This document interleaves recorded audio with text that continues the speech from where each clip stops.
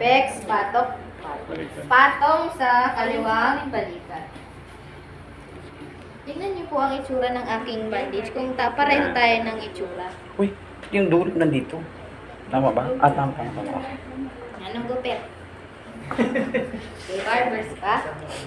Okay, make sure po yung base natin sa baba ay pantay, hindi nakaslan. Okay. Inasa ng kaliwa niya. Ito ba ang kaliwa? Okay? Next. Okay, listen.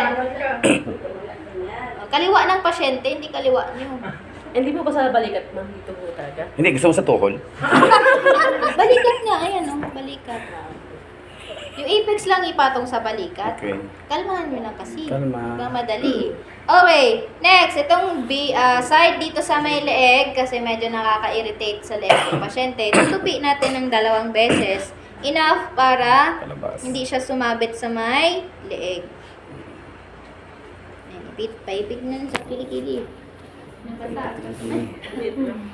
Okay, next, lipat kayo sa kabilang side. Etong side naman na ito, Dito ka sa kabilang tutupin natin para lumabas yung balikat. Ang gagawin natin, ikukorte mo siya sa katawan ng pasyente. Ganun. Okay, ngayon, kunin mo yung side na yan.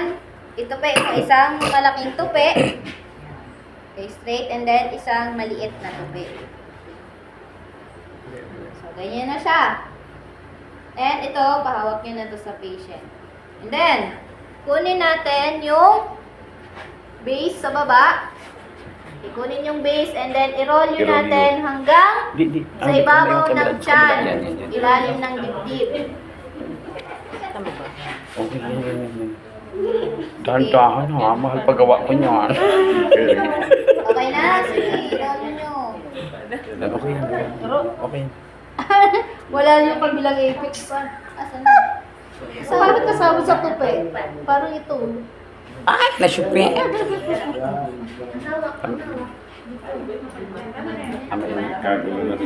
Awan. Sa base ko na hawakan. Sa base, yan. Sa base ang hawak. Okay? Sige, tupi. Impacta ka. And then, Hiniwa ka ni Boba nito.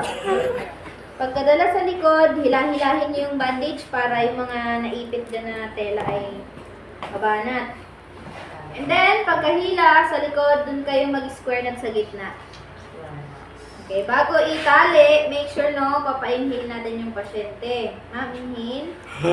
Higpitan, then exhale.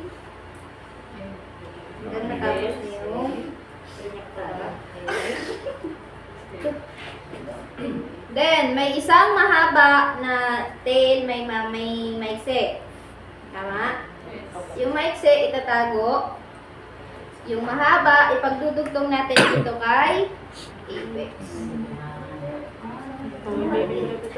Uy, maganda ka tayo dito pag sali ka sa pageant, wala kang bra. Ganito lang. Darna!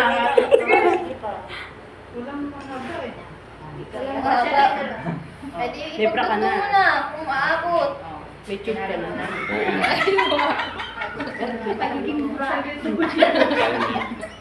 Pang-beach yan. Okay, so nakita nyo, cover pa rin yung buong dibdib.